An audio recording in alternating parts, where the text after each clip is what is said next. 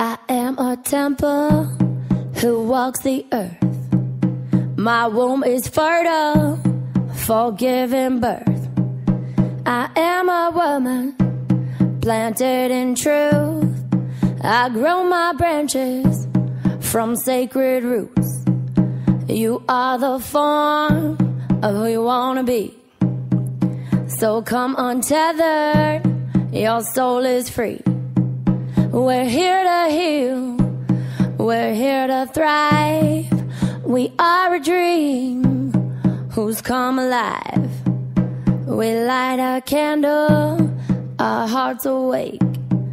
Illumination for God's sake. A revelation for God's sake. An evolution for God's sake. An inspiration for God's sake.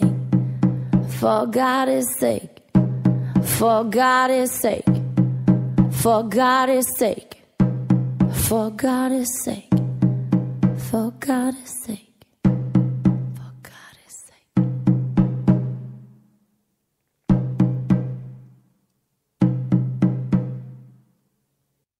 And so it is. Hello, Essence. This is Jody England, and you are listening to Wild Soul Medicine Radio. Today's show is an homage to Angerrrr, with an emphasis on the grrr. You know, I've debated about how I wanted to open this show. There's part of me that wants to begin with a disclaimer, a warning, a softening, and then what I'm learning is to just trust you to navigate your own experience and do what is in alignment with your own soul without me needing to tend that for you. I've been doing that a lot, this over-tending. It turns out it was the foundation upon which all of my teaching has been resting.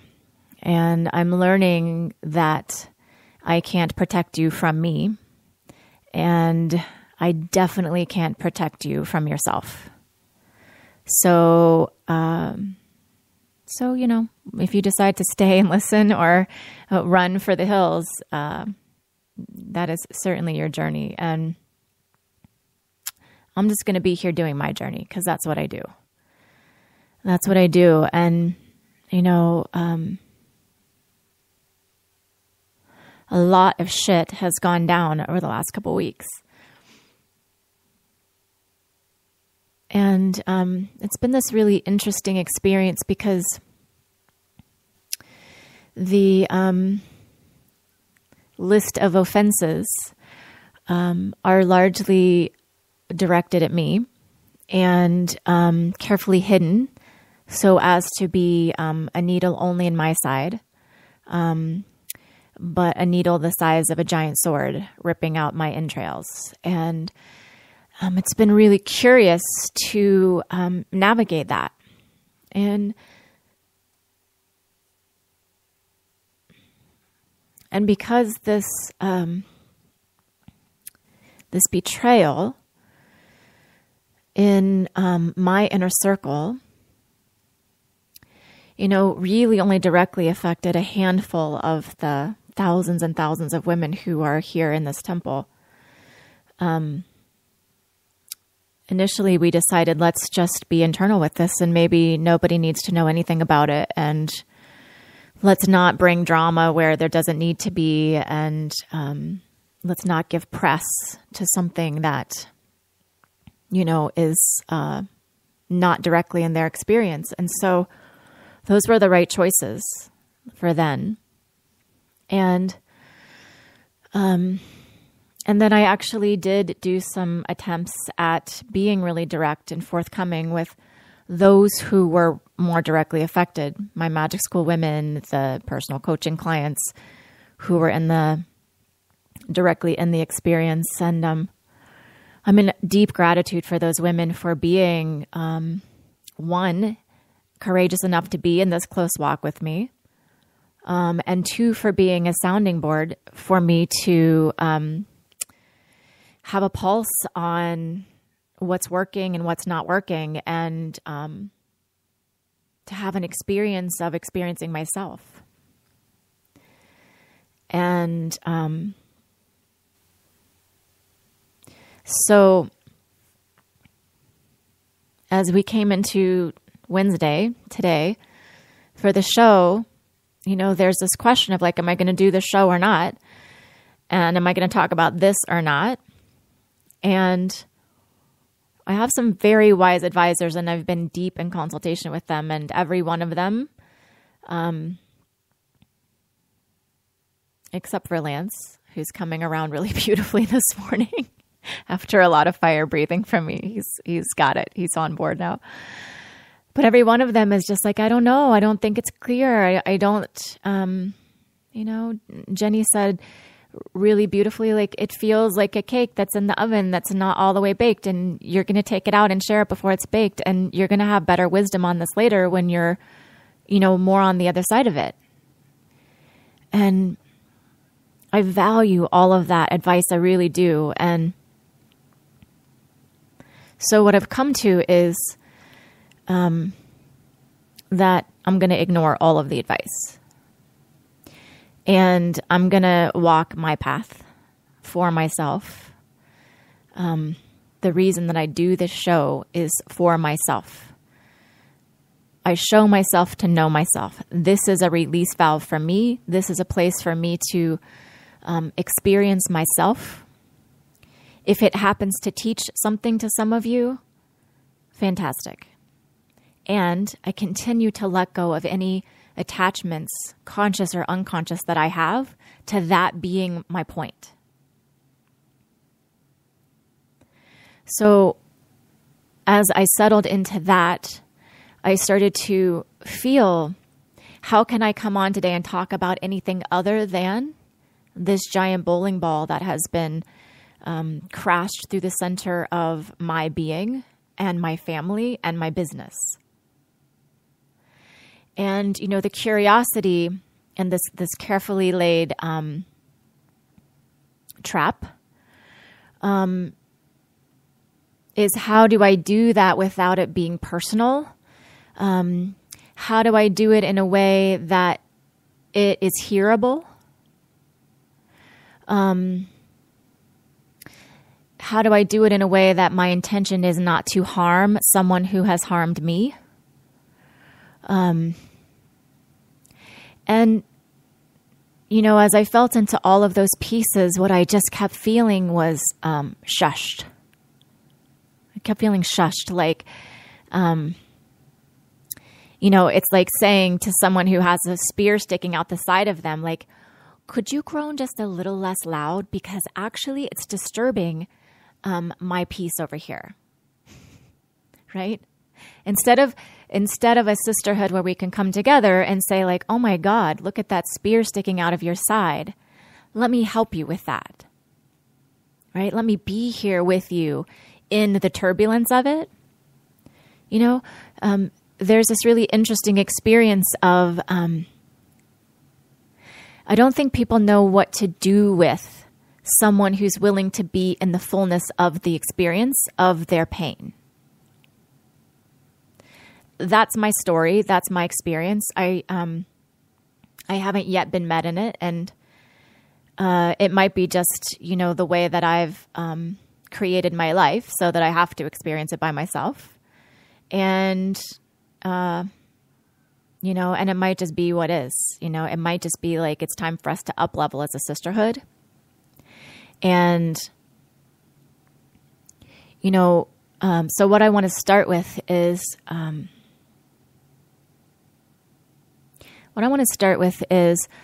I refuse to apologize or soften my experience. I am fully undone. I am wildly triggered. My ego is raging.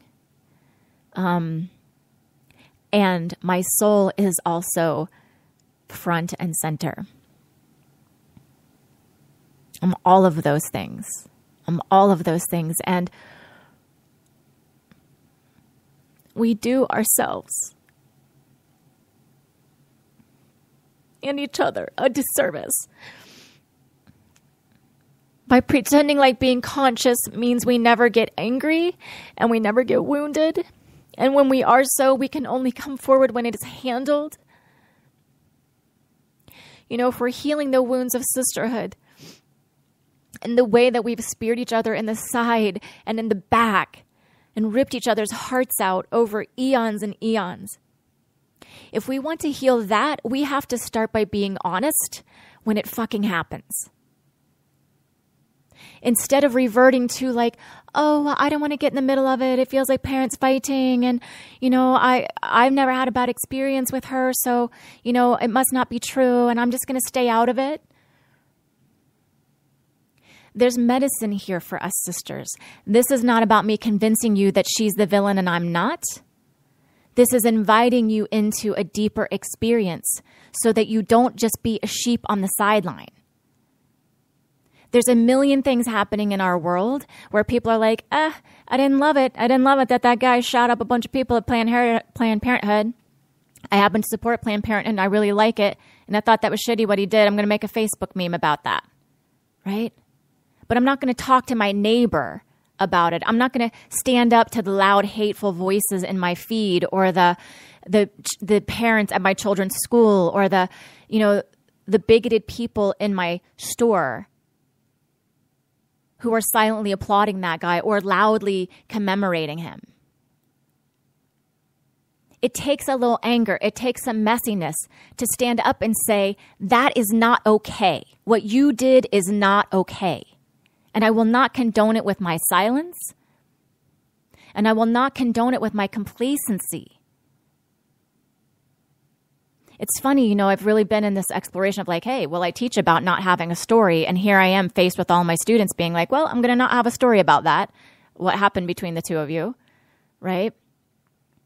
And so I was like, okay, well, great. Well, maybe I just need to like take my own medicine and not have a story about it. And, you know, but it's like my integrity will not allow that. And so I honor my integrity. I honor the voice inside of myself that says, don't act like you're not angry if you are.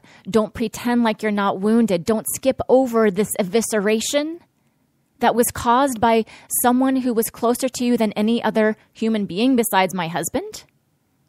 When the godmother of your children steals money from your bank account, thousands and thousands of dollars, and shits on the souls you entrusted her to hold, you ought to be a little mad about that.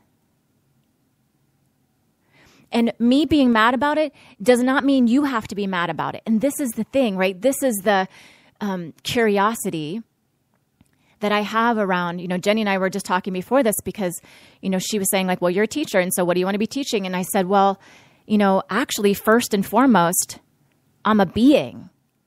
I don't do the show to teach. And so if you're showing up here to be taught, I believe what's happening is we're burning that shit down, right? What you should be showing up for here is an experience of yourself, right? So here I am being all of me, and the invitation is for you to be all of you. So perhaps all of you looks like authentic compassion, right? Perhaps all of you looks like you're also angry. Perhaps all of you looks like I have no idea what to make of this and it feels very uncomfortable and makes me want to run away. And so that's what you be with, right? Instead of wasting time trying to figure out if I'm right or she's right, or placating me or coming to my defense or coming to her defense, or hiding your head under the covers. Here you are in this vortex where an earthquake, a seismic earthquake is happening. And, you know, is it someone's fault? I don't know. You know, I can feel the hand of divine order in all of it. I'm present to the perfection of it. I see the quantum velocity my organization just picked up, having shed this person that I would never have let go of myself because of my stories about loyalty and love, right? I would never have done that to her. And so, I actually was like, wow, was this done on my behalf? Right? Was it? Because I know the universe conspires on my behalf. And yet, there's this 3D reality, right? This 3D reality of the lawyer letters that need written and the clients that need triaged and the, me having to put a certain face on the bullshit, as a business owner, as the leader, as the high priestess, right? There is a certain modicum of professionalism that's required of me. I get that. And what I do here in this space with you is I be real. And what I notice is that when I'm raging and angry and everyone is trying to have me watch what I say and mitigate it and moderate it and get to the clear place and lose my trigger about it, my dragon gets really pissed. And I keep trying to find, like, where can I let this go? And where can I find my center and find my compassion and, just be done with this. Just be done with this. It's a flea on my back. I get that, right? I get that. And yet there's something still happening in me. And it's when we skip over stuff like this that we sell ourselves out and we become a shell of our wholeness. And when we become a shell of our wholeness, we do things like stab our sisters in the fucking back. Because we resent their wholeness, and so we try to take it by scooping money out of their bank account and by pilfering their clients. This is what happens. And we cannot save each other from it. The only one who needs saving from it is ourselves. It's the only jurisdiction we have.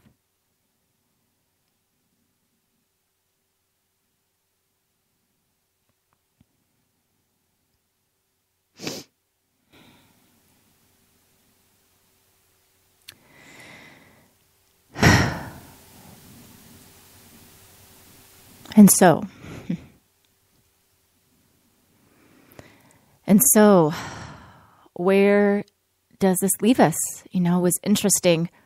Once one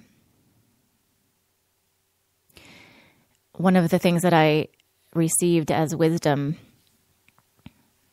in my from my advisors during this time was an Akashic record reading, and got a lot of great information about the forces at play here and my role in them and the work there is to do. And certainly all of that will be forthcoming as the time is right to share. It's very forthcoming in my experience right now. And one of the pieces that I received there was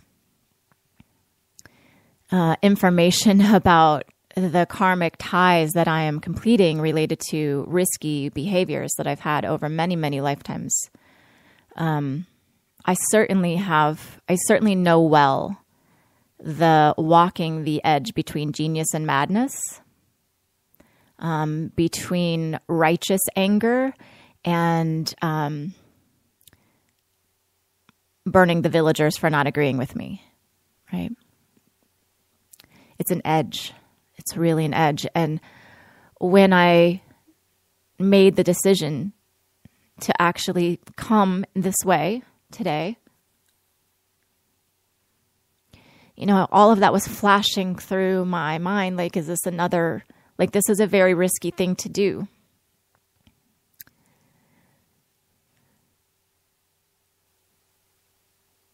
And then, what I just got is like, and also it's the only thing to do. It's only risky if I have attachment to people continuing to listen or continuing to come here, or it's only risky if I think that I have something here that needs protecting. It's only risky if I believe that what you think of me matters. when I let go of all of that, I'm just a girl speaking her truth. I'm just a soul becoming.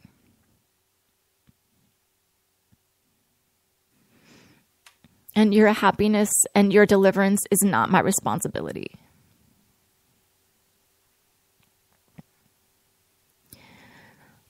One of the lessons that I have learned and is continuing to be the main source of purification in my system. Danielle Laporte wrote a really beautiful article about this that has been such a touch point for me during this process. And it was really about, when you experience something like this, like a sudden eviscerating betrayal, that really what it is a soul purification. It is a DNA level restructuring of everything that you thought you were, of all of the tethers you had in your soul. And it's funny because I really, up until 2 weeks ago,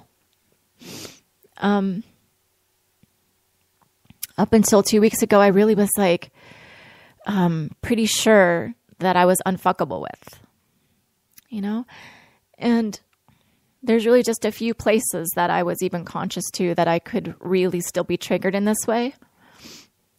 And those pieces are literally every place that a grenade was set for me, right? So it's like my family, protecting my family and,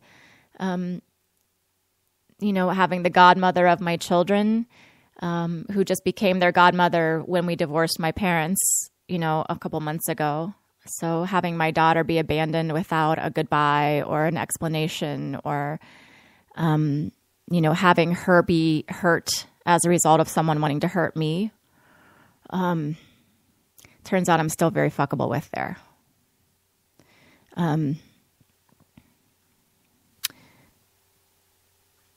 My sacredness of my communication with my clients, turns out I can still be reached there. Someone stealing my list and spreading falseness, planting a bomb of complete non-transparency and bullshit to my people. Yeah, I can still be got there. Even in this moment, it still gets me, right? I'm not sure how to make it not get me, actually, because I do still really hold that sacred. I will always protect my family. I will never want to look in the face of my daughter and have her say, "Mom, is there any way that you could be a little less sad?" After days and days and days of her tending me. And me having to say, "No, baby, I can only just be this sad."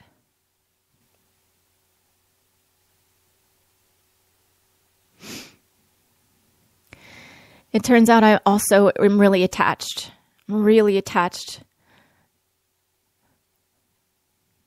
to the integrity of holding the souls who entrust me to do the deepest work for their becoming. And when someone takes that work and shits on it in every way it can be, it gets me. It does. It just does. And I can pretend like it doesn't, and I can write those souls off, and I can go through some motions. I can move on. I can get bigger and better. I can, I can wish them well. I can actually see the fact that they signed up for the falseness they're walking with, and that it's actually medicine for them. And then there's this piece in me that's like, but I didn't want that for them. It didn't. And it doesn't have to be that way.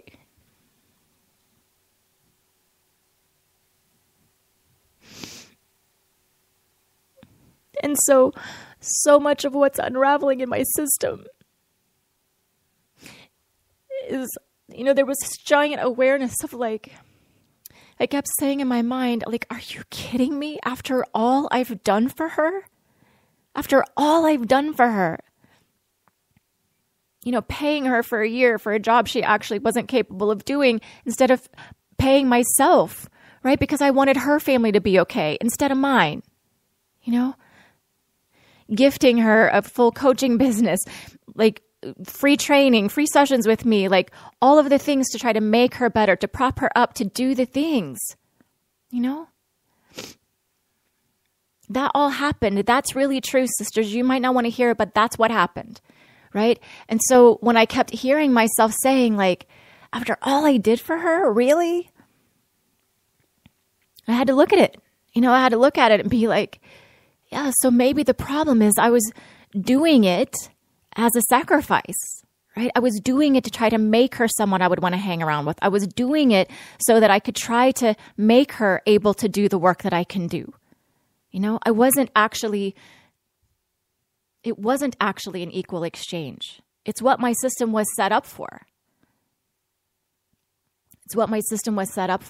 Hemorrhaging out, right? As it turns out, that's been my gig for eons. The poster girl for sacrifice, right? Hanging on the cross. I'm your girl. And it just so happens that all of this is so timed with me doing this work on actually turning my wheel, like turning the Great Mother wheel so that all of the energy flows in. And I literally did that work 3 days before she walked out with no words. And so I'm present to that energetic, right? I'm present to the perfection of all of the places in me that were aligned with people who were not here to love and support me, energetics that were not actually in alignment with me being in wholeness, had to go.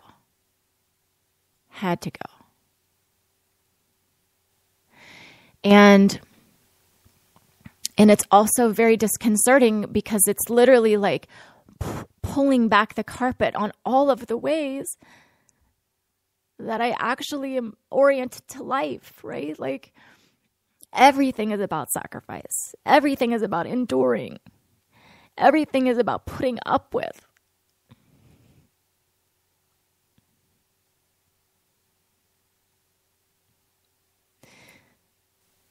And that's about me, and it's also about you, right? The invitation for us to lean into is, why are we putting up with shit? Why are we lessening ourselves? Why are we slowing our paces to walk with people who aren't able to walk with us? And I don't know the answer. Honestly, I do not know the answer. What I'm finding in my system is I'm becoming more and more clear to actually align with those who do have the capacity in this lifetime to come into their wholeness. And I have no apologies. I don't need any of the softeners about, and then also you could walk your path in your own way, blah, blah, blah. I don't really give a shit about that. I'm on my path. And I roll with people who go deep and who go fast. And I, used to really like have an apology in my system for that. And the carpets are getting rolled back on that as well. My muchness is the cornerstone of who I am. And I cannot and will not be the high priestess of a temple where I cannot be who I am. Yeah, so I was asleep on that one. I was unconscious to it. And certainly there are many things I am still unconscious to, but this one has got my attention. My eyes are wide open. The Christ consciousness has been so present with me through this whole experience of... I remembered back to a time when... my energy coaching teacher channeled Jesus for us one day. And it was funny. It was so funny for me because at the time I didn't believe in Jesus at all. And I didn't believe in channeling. Right? So So he's doing this, and I was fascinated, right? Because there was so much a big part of me that was like, is this bullshit? And also, it's so real. And also, I don't even have a place for this in my brain, you know? And that was years and years ago. And, you know, some things that he said during that piece really stuck with me. And one of the pieces was he was talking about how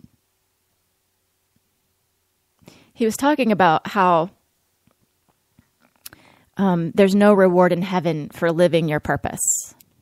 You know, so if you're doing your great work in the world because you think there's going to be some finish line with the gold medal at the end, you know, you're mistaken. Because you're doing your purpose because it's your purpose. It's who you are. It's what you chose. It's just your thing. And then he said, there is no reward for suffering. I should know that more than anyone. Right? And at the time, you know, I kind of put it where I put the whole talk, like, interesting, not sure what to do with that. And it's literally been unfolding in my system through this whole experience. There is no reward for suffering. You can never give someone enough to make them whole. I know, because I tried. And, you know, that's more about me than about her.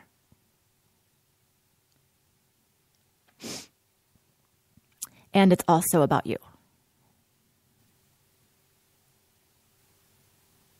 And it's terrifying, right? It's terrifying to contemplate the idea of living a life just for yourself. Where will everyone go? If no one needs me, if I don't have a bunch of pet projects, if I'm not trying to do the things, where will that leave me? And for me, the greater fear is like, if I live a life for myself, who will I hang out with? Because they won't be doing the deep work that I'm doing.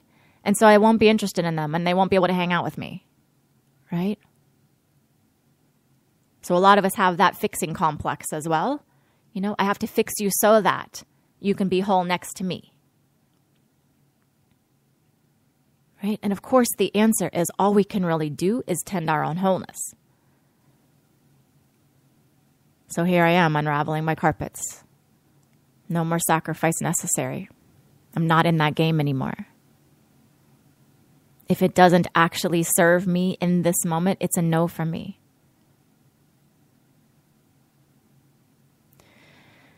One of the other really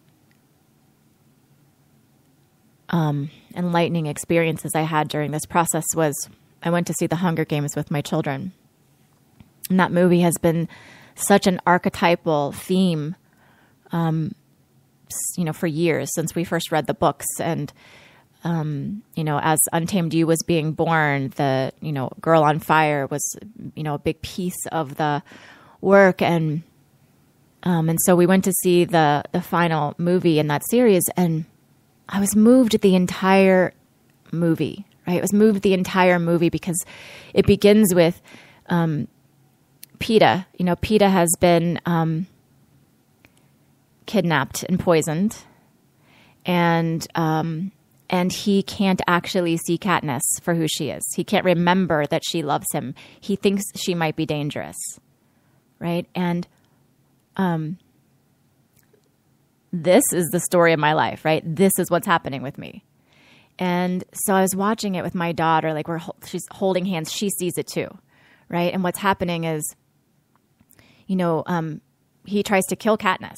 He tries to kill her, but she still loves him, but she can see that he's dangerous, and she's trying to figure out like how to help him and keep him close and bring him back to who he is.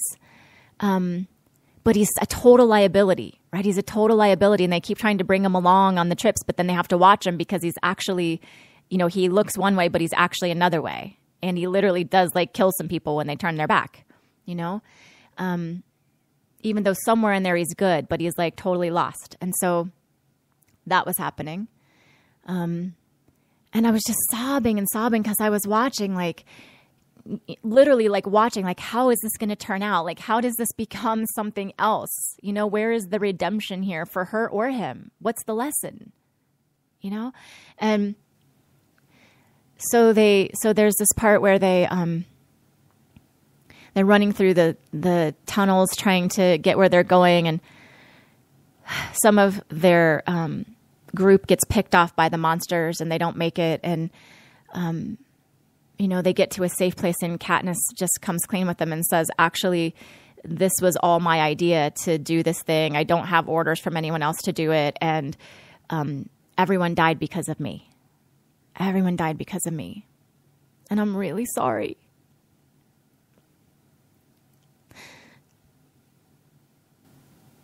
And I have had so many lifetimes where everyone has died because of me. And I just really didn't want that to happen again. And so I forgive myself. You know, I forgive myself for having such a big, galactic fucking heart. And also I could see in Katniss the ridiculousness of her over-responsibility. You know, she's in a crazy fucked up system and everything is against her and nobody else is even trying to do anything to save them. And it was like, yeah, like that's the path I'm on, you know? Some of us are going to get picked off by the monsters and not everybody's going to make it. And that's no longer my responsibility. It actually never was.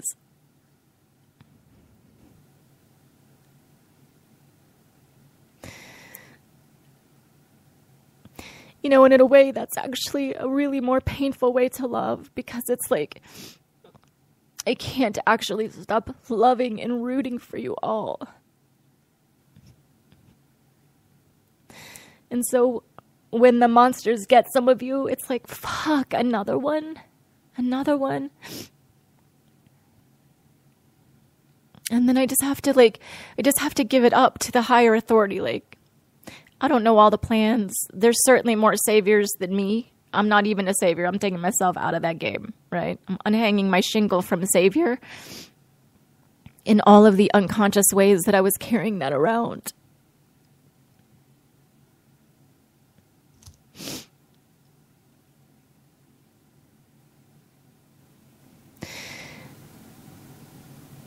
And then, I mean, oh my God, there was just one lesson after another, you know, of really what Katniss is up to is truth. You know, she wants to end tyranny by having people be in truth and stand up for themselves and not be sheep, like not believe the bullshit that they're seeing and, you know, not walk to their deaths because they're being told that it's safe to do that, you know?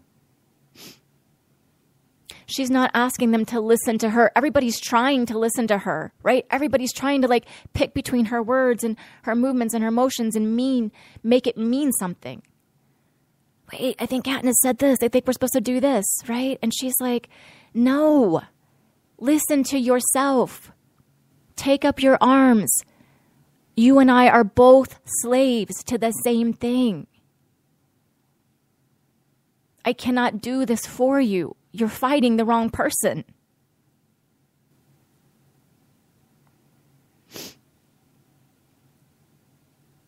And then at the end,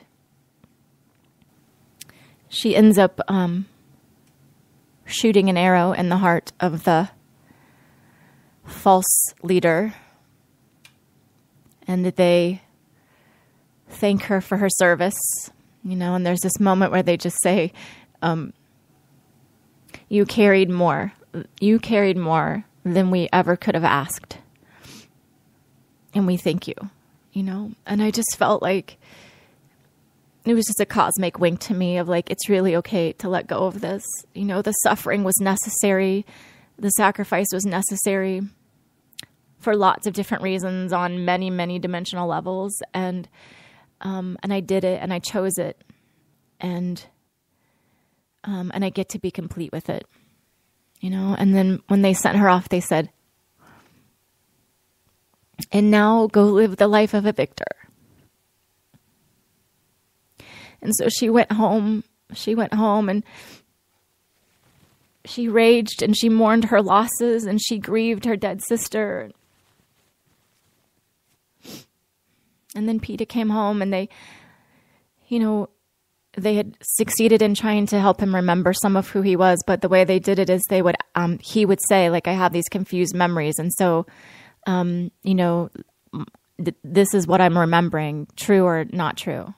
And then they would tell him, and that's how he could start to learn the difference between the stories and the not stories. And so they were laying in bed together and he said, Katniss, you actually love me, true or not true? And she said, true. And I feel like at the core, that is where my peace is. I know that I loved the very best that I could. I am in integrity with all of the parts of how I handled myself. I am in kindness. I am in love. And I know that this kind of pain is only possible on the other side of actual love. That someone who can walk away with no words really didn't love you in the first place, right? The shift to indifference is possible because they never really were here to love and support, right? They were here to get what they were here to get. And then they're gone.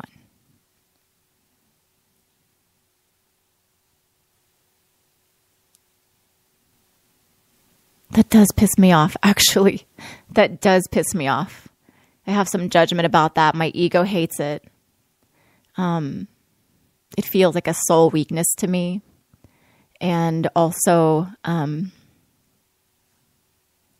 it is what it is, I may have more wisdom on that later, but right now that pisses me off. The other thing that I just find, I'm not sure if I said this already, but I find that one of the hardest things to do with anger is to process it while being enlightened, to process it while being conscious, because anger actually isn't necessarily conscious. It's fast and it's dirty and it's messy and it's intense and there's fire, right? And so like trying to consciously do anger is like trying to consciously burn a stick in a fire, right? To manage the burn and have the flames be a certain way. And so I just think we can do better here, sisters. I think that we can say, like, bring me your rage. I open my arms. I want to hear it all. I know that I won't burn in the fire. I can hold myself, right? Here I am in all of this. In all of this. I can see your betrayal. I can align with what I desire to align with and not with what I don't. But there's an important witnessing to the atrocities. The reason that the atrocities in our world are growing and growing is because we refuse to actually be with them. Right? So it's so from a distance that we're like, oh, that bad thing happened and I didn't love it, but, I Facebooked it and now I'm moving on. Right? Let yourself actually feel it. Right? Feel the pain and the injustice of those people who were killed at Planned Parenthood. Feel their suffering children who no longer have a mother. Love them that way. That's the kind of love that will shift our world. When we can be with the wholeness of the atrocities, of the darkness. When we can give up our attachment to being the light in the darkness and recognize that we are also the darkness itself. Oneness isn't just all love and light, right? That's not actually love. That whole line of thinking and talking is total bullshit. And I'm over it. I'm over having patience with it because it's such a scapegoat, right? It's such a bypass, And I get that I have a warrior way. I get that the warrior in me is much more attuned with the intensity and the turbulence and the Kali Ma of destruction and creation. Those things being one and the same. I'm not afraid of that, right? And I get that not all of your systems are wired in that same way. Jenny and I are deeply in that conversation as well. Like, well, this doesn't feel true for her, this level of anger. This is not how she would do it. And so actually, how do we honor each other? How do we honor each other in our truth? And how do we also make sure that neither of us are bypassing, right? That I don't end up camping out here in anger forever, letting my ego run the show, breathing fire and destruction for the sake of destruction, right? And then also not being afraid to breathe fire for destruction, because destruction is creation. So these are tricky waters that we're in. There's no one way. There's no one way. And actually, the most dangerous thing to me feels like the belief that there is one way. That your way is better than my way. That there are two ways, in fact. There's only one. There's only one way, and that is truth and transparency, which leads to wholeness. So if you're needing to process some anger, I encourage you to find a sister who can be with it, or a brother, in this case, my husband, who is so learning, right? So learning how to actually not take on my anger, but just open his big wide shield and be like, I hear you. I hear you. Yeah. Mm-hmm. Yep. More of that. I see what you're saying. Yeah. Mm-hmm. Totally, right? My husband who, can't say a bad word about anyone, it might help that also in this case, he also has been deeply affected by his close relationship, also having a wrench thrown in it, and his children, our son now has pneumonia. Like, we always have a kid who processes the shit that's running through our house. And so my son currently in pneumonia. So my husband has an up close and personal seat to the feast of feelings that get to be present in my household at this point. And we have to be willing to do that for each other. One of the things that really disturbed me as I began to speak about this with women who've been my students and my clients and who know this work was how quickly they wanted to move to removing themselves. And I'm not saying this as a blame or a judgment or for anyone to feel bad about. I'm saying this because I so appreciate their willingness to be even that close so that we can have this discernment as a collective, right? So what they're doing is now news for you to take a look if that's what you're doing. And so some of them were like, I don't like this. I don't like this. It feels like parents fighting, and I don't like the drama. And and so the first place to look with that is, how is that your story? How is that your experience? Where can you take your power out of? Where can you take your power out of, believing that Jody was done, even though she's been saying the whole time, don't follow me. Don't give me your power. Don't come to me to save you. Don't be undone. It's all about all of that. And then she actually comes undone, right?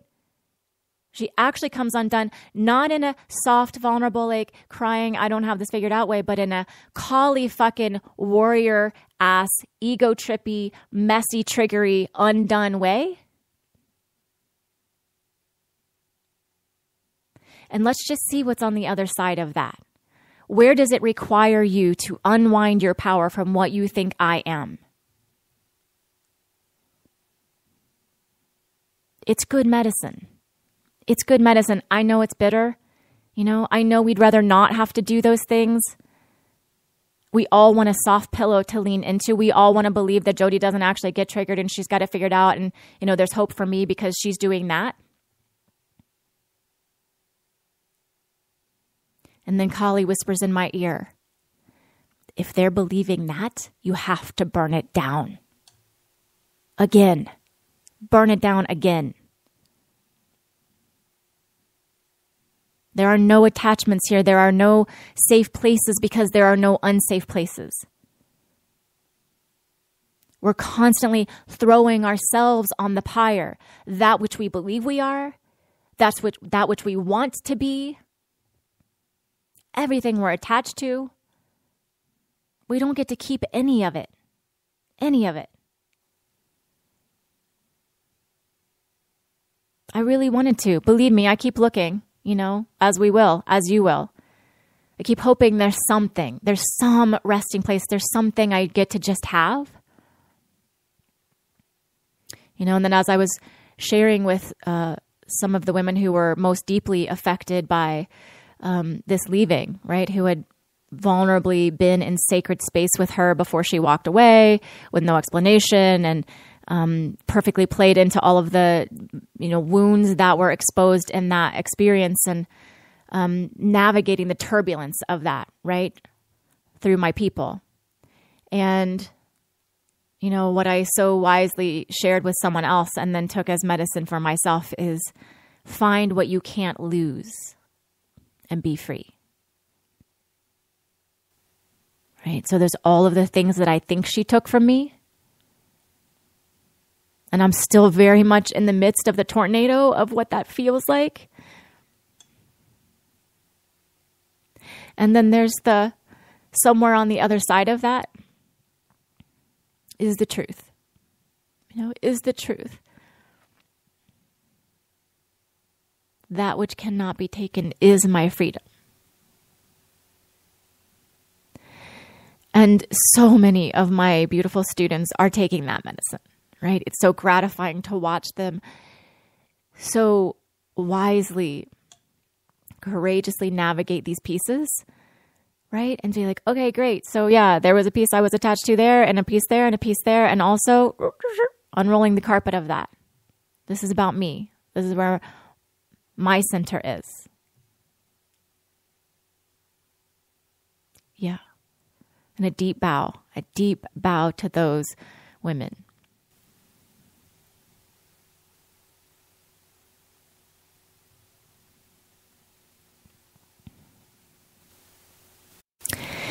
Yeah, and then for whatever reason, it's just echoing in my head. It's like, people are so damn disappointing.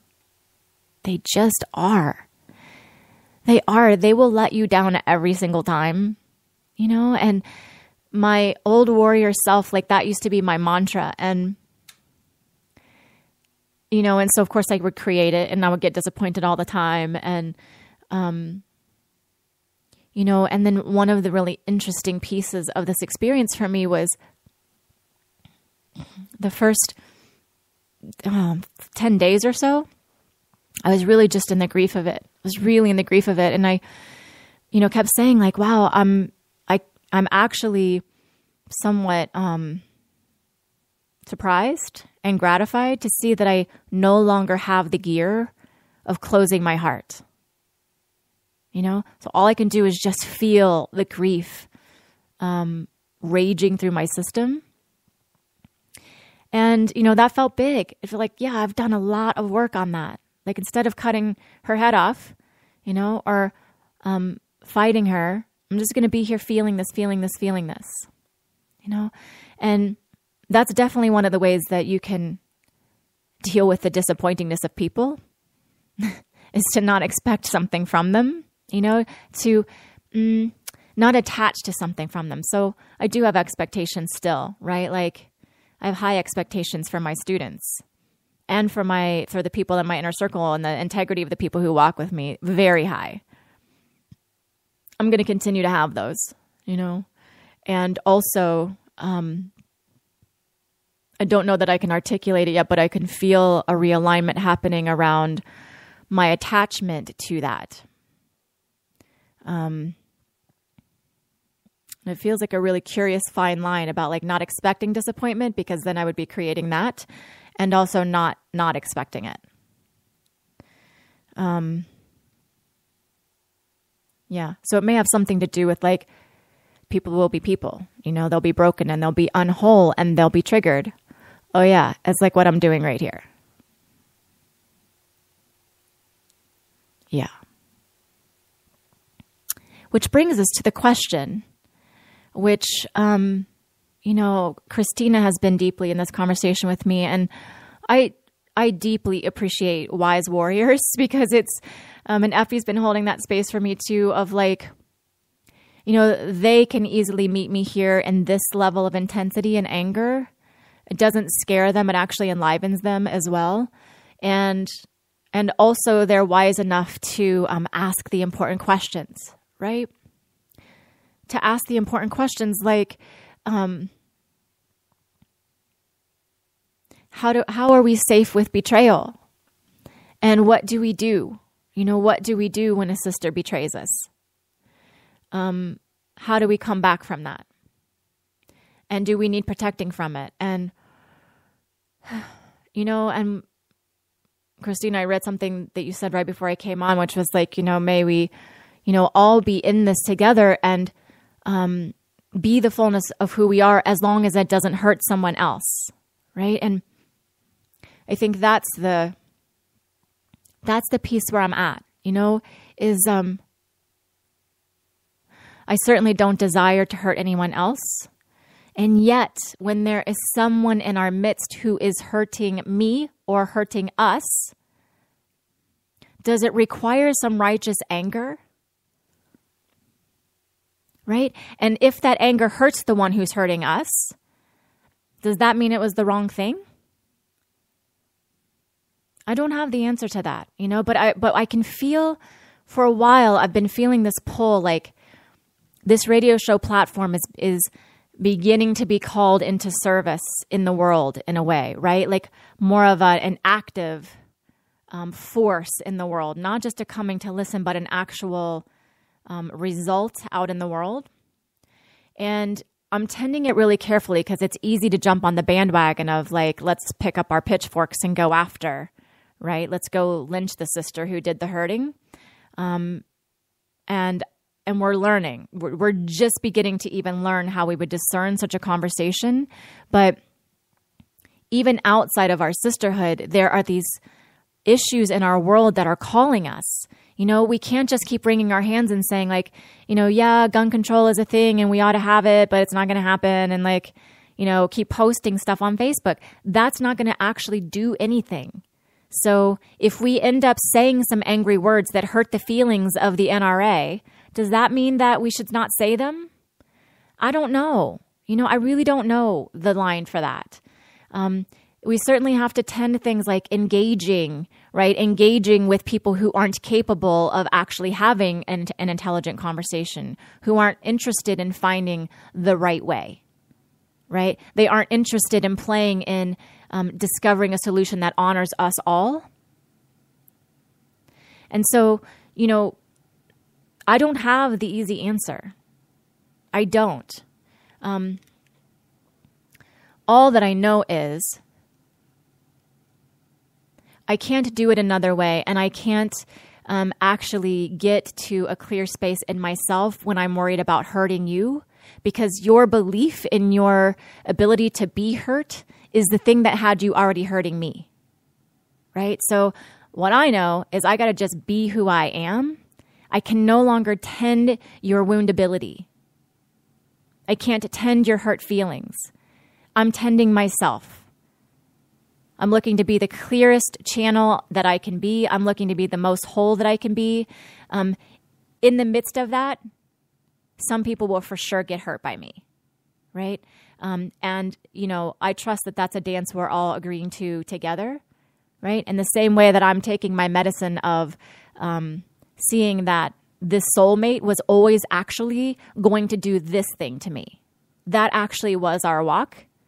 So I get that on the big level. And then on the 3D level,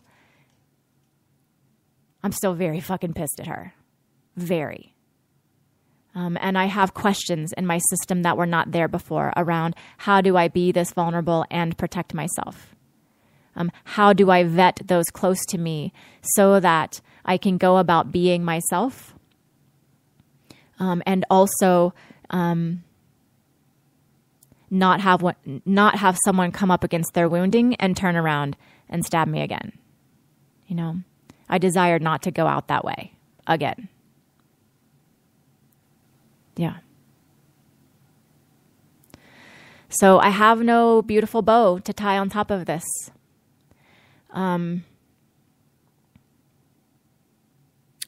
I have anything to say in closing? Yeah,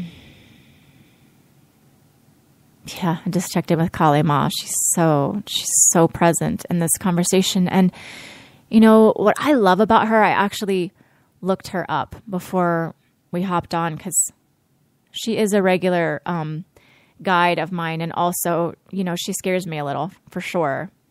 And so as with everything, like I don't do a lot of outside in information.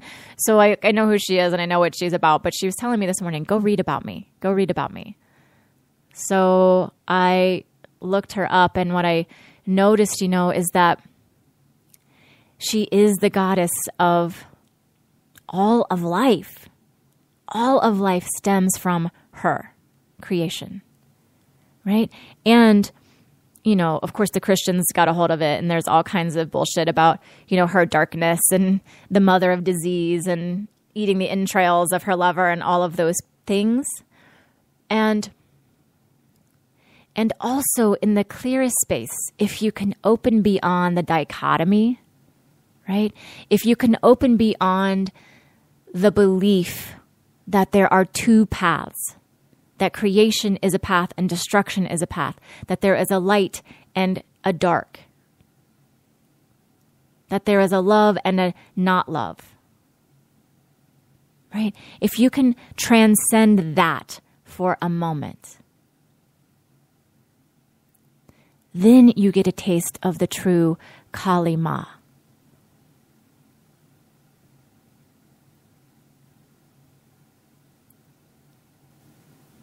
Yeah. That is our undoing. That is our freedom. That is our truth. Burn it down, burn it down, burn it down. And once it's burned, that which cannot be lost is your liberation and mine. I love you. That's all for now. We light a candle, our hearts awake. Illumination, for God's sake. A revelation, for God's sake. An inspiration, for God's sake. Illumination, for God's sake. For God's sake. For God's sake. For God.